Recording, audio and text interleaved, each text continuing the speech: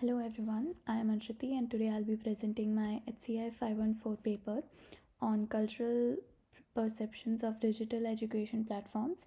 It is going to be a short and informative presentation. This study explores how culture shapes the use of digital education tools in United States, India and Japan. These three countries have their own distinctive values and challenges which they face. So let's dive into why this matter is today's digital learning landscape. As we all know that digital education is booming, generating about $255 billion revenue worldwide in 2022 according to Statista. But adaptation varies. About 80% of United States education use it compared to 55 in India and just 40 in Japan as per UNESCO's 2023 data. So why there's a huge difference? So culture plays a huge role here, shaping how students, teachers and societies perceive and engage with many of the digital education platforms online. My research question asks, how do these cultural perceptions influence their use? Let's look at the cultural lens first. Using the Hofstede's cultural dimensions, we can see a clear pattern. The US scores 91 in individualism, and 72% of students prefer asynchronous, self paced learning, thinking of Coursera on your own time, as stated by Paniker in 2020.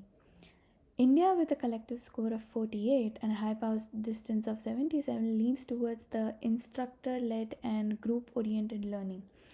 So its preference toward asynchronous is just 32%. Japan is also collectivist at 46, but with a high uncertainty of avoidance of 92%. So students favors synchronous classes instead of asynchronous, which leads to only 35% over there. These preferences reflect deep cultural values and they dive into how platforms are used. But culture isn't the only factor. Challenges like infrastructure, language, and credibility matter too. The US has 94% internet penetration, while India is at 67, limiting the rural access, as stated by World Bank in 2025. Language is a hurdle. Only 10% of Coursera courses offered Hindi for India. India's 44% of Hindi speakers and 60% of Japanese students struggle with English content on it, stated by Jetro on 2023.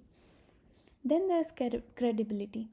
80% of US employees accept online degrees, but only 45% in India and 30% in Japan, as stated by LinkedIn in 2024. These gaps shows where platforms fall short. So, how do we fix this?